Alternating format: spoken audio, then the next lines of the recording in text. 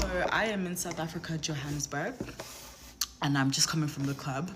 I'm coming from the club because I got sent away from the club.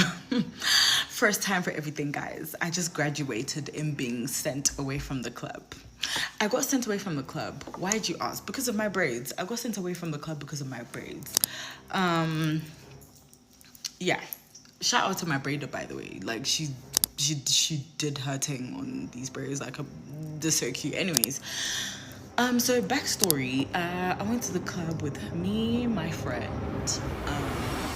In 2023, a clip from a podcast went absolutely viral and it sent Nigerian Twitter into an absolute tailspin. A creator casually dropped a take claiming that if you are going to a high-end club or a VIP lounge, rocking standard braids or your natural hair is a massive no-no. According to this internet school of thought, braids aren't luxury enough for the nightlife scene.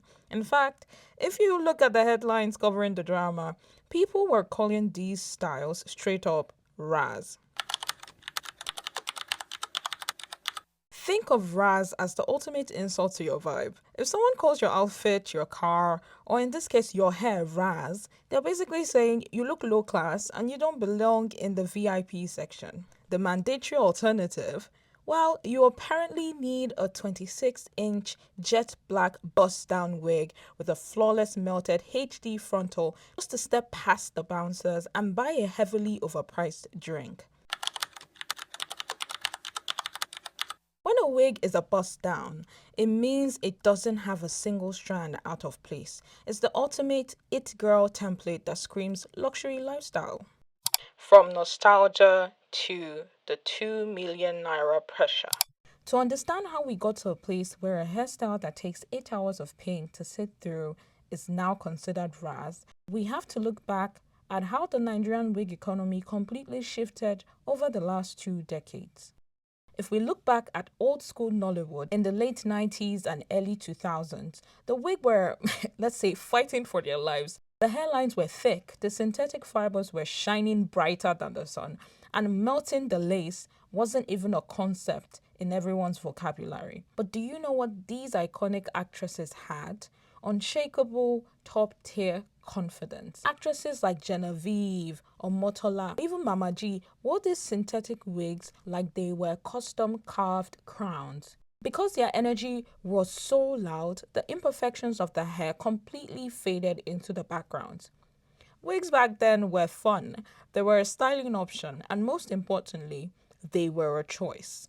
But fast forward to the 2020s, and the script has completely flipped. As the technology behind hair extensions became flawlessly perfect, the societal anxiety skyrocketed. Today, wigs have stopped being a protective style and have transformed into an aggressive social hierarchy. We are living in an era where a premium Asian human hair piece doesn't just cost a pretty penny. It can run you anywhere from 500,000 naira to a staggering 2 million naira. The wig economy has become a literal class maker. If you walk into a luxury room, your hair is scanned to see exactly how much money is glued to your head. And if you dare to show up rocking a neat, beautiful set of knotless braids, society suddenly retrofits your practical choice as a lack of funds. Chapter 2. The podcast war and the quiet part out loud. Now, if you thought this was just isolated to a few shallow internet trolls or club promoters in Lagos, think again. And there's this whole battle, natural hair versus wigs or weaves. What's your take on it? Your natural hair is good for church programs. Your natural hair is good for when you want to pick your kids at school. Oh, wow. Don't bring your natural hair to my event. What I'm saying is that I am a lover of natural hair. I had natural hair. I relaxed it. I cut my hair like every year. I grow my natural hair back. I love it. And I realized that it's not actually it's not good to the sight every time. When you say the sides, like to see. To see! If I'm going to the beach and I can wear my natural hair, it's good for the beach. If I'm going to church, it's okay. Do you get what I'm saying? If I'm going to pick maybe going to play with my niece, it's cool. If I'm in my house, it's okay. But why would I want to wear a nice-ass dress, expensive dress, expensive heels. At least I'll do ponytail. The backlash was instant, brutal, and historic. But the real drama happened behind the scenes just 2 days later, on December 10, 2023, when Chloe scrambled to release a public apology and then threatened a massive lawsuit against the podcast host. She claimed that she had initially praised natural hair during the recording, but alleged that the host aggressively pressured her into making controversial statements just to spike their show ratings. But whether it was a staged podcast setup or her real opinion, here's the uncomfortable truth. Chloe wasn't inventing a new standard. She was simply stating the quiet part out loud. This exact mindset runs through the absolute fabric of modern Nigerian society, and it is actively being drilled into the next generation. A video went viral across a Nigerian university page, quickly racking up a staggering 1.6 million views. The caption? If my classmates' hair could talk. Now come why they sell oh. Now family I carry for head now. Now me be pepper, now me be salt. I came to school to read my books and not to fall in love with anybody on this campus. Did you hear me? So stop calling me. Hallelujah, Jesus conquered the world. This girl wey they call Nikki the Barbie, you dey possessed. Everybody, good morning. Oh, can you see my hair? I have gone and do new hair. Chika, where woman where they sell like I'm one kind that kind money for? By the special grace of God, everything will change in Jesus' name. Everybody cannot afford me. Good girl, so they pay. Hope you know that. God help me now that day. God help me. She don't finally do her hair. Say she go find Jesus. Tell your favorites to show you what they are wearing. Hey! Now me be pepper, now me be salt. If you want to bring your madness, your craze to me, I will show you, say me, I'll be confirmed ghetto. I'm quite expensive. I'm not for everybody, which is number. God does not do hair. God is not a hairdresser. If you don't go to the hairdressers, Anybody who comes to me that does not have any money and tells me he likes me, I will slap that person. I was once broke before I became so rich, but I was never stupid. In my head, like stone cold. See here where this boy bad for me. Bring out your calculator. Let's calculate this look.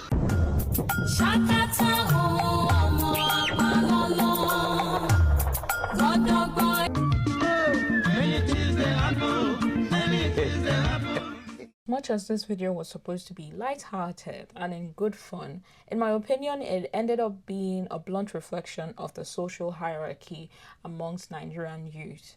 Every time a student appeared on screen rocking their natural hair, locks, or traditional Nigerian hairstyles, it will be a goofy, mocking audio laid over their video.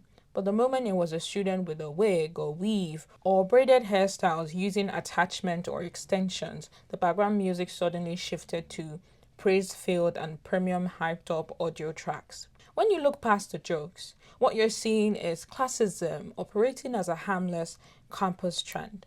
It subtly conditions young students to associate their raw, natural texture with being a joke, while manufactured imported hair is framed as the only look worthy of praise.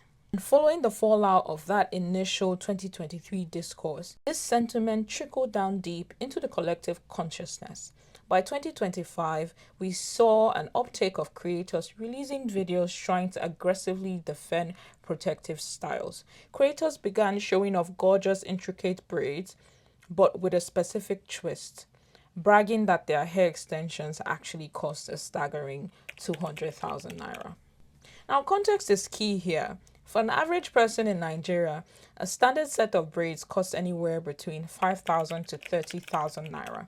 So when the defensive response becomes, hey, braids are acceptable because they can be just as expensive as human hair wigs, we are missing the entire point.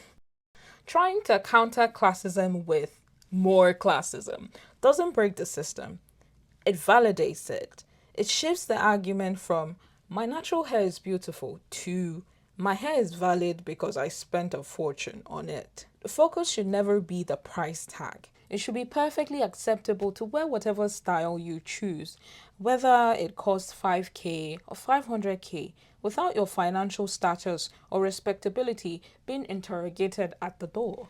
But this hyperfixation on transactional validation has created a global diaspora crisis. If you look at Madam Joyce's viral Cocktails and Takeaway podcast clip from February 2023 featuring Madam Adwa in the UK, the exact same nuance pops up. I want to ask you a question, my good sister. Should we wear braids to the club? This thing, let me just say this. This conversation is so hot and steaming. I personally feel like you can wear braids wherever you want to go. There's braids that's so different. There's different styles of braids. People want to be petty, be like, oh, you can't wear braids. Wear whatever you feel comfortable. I don't even know why this is the conversation. So you're happy to wear braids in the club? I'm cool with it. You're happy to wear your natural hair in the club? Oh yeah, okay. I'm not gonna lie. No, listen, I'm not gonna lie. My shrinkage is mad. Like, I just can see myself, my Afro, beautiful, and then shrunk. It can just, the big fluffiness, the blowout is just gonna reduce. It would be like a new person. Even when international audiences are completely positive and accepting towards braids, there is a heavy unspoken reluctance when it comes to raw, unmanipulated, natural hair. The collective social consensus is that braids can pass if they are styled perfectly, but wearing your natural coils to a luxury space is treated like a dress code violation. Chapter 3: The Colonial Hangover and the Soft Life Lie. So let's stop hiding behind the word fashion and call this what it actually is: a toxic mix of performative capitalism and a deep unhealed colonial hangover. What makes this modern disdain for natural hair so tragic is that it completely spits in the face of our own history. If we look back to post-independence Nigeria in the 1960s and 1970s, hair was a powerful weapon of political defiance. Right after winning independence from the British Empire in 1960, a massive cultural renaissance swept through Nigeria. Women actively threw away colonial hair straightening practices, influenced by the global Black Power movement, growing out a voluminous natural afro or weaving your hair into elaborate gravity-defying traditional styles like shuku or kiko became a beautiful statement of national solidarity. It was a collective rejection of Eurocentric beauty standards. Your natural hair literally meant we are free and we are proud. Fast forward to today, and we haven't actually gotten rid of that colonial brainwashing. We've just repackaged it. We gave it a sleek digital makeover and rebranded it with modern internet buzzwords like luxury, premium, or living the soft life. We let capitalism convince us that to look high class, we must actively buy our way out of our own identity. The logic of critics who say braids or afros are Razz for the club or a wedding boils down to pure financial gatekeeping. It's people saying, you can't come and stand next to me in the VIP section with your affordable braids when I have millions of Naira worth of lace glued to my forehead. But here's the ultimate truth. True luxury isn't about conforming to an expensive standardized internet template. The real soft life is walking into any space, whether it's a high-end lounge, a red carpet, or your own wedding aisle, wearing whatever hairstyle makes you feel beautiful, and absolutely owning the room. I mean, wigs are great, versatile, and actually fun, but the moment they stop being an expression of joy and turn into a mandatory financial shield to hide your natural self just to be accepted, that's where we lose. On this channel, we are unpacking the hidden layers of Nigerian pop culture and internet drama that the rest of the world might be blind to. Hit the subscribe button so you don't miss our next deep dive. And let me know in the comments, have you ever felt pressured to swap your natural hair or braids for a wig just to fit into a certain space?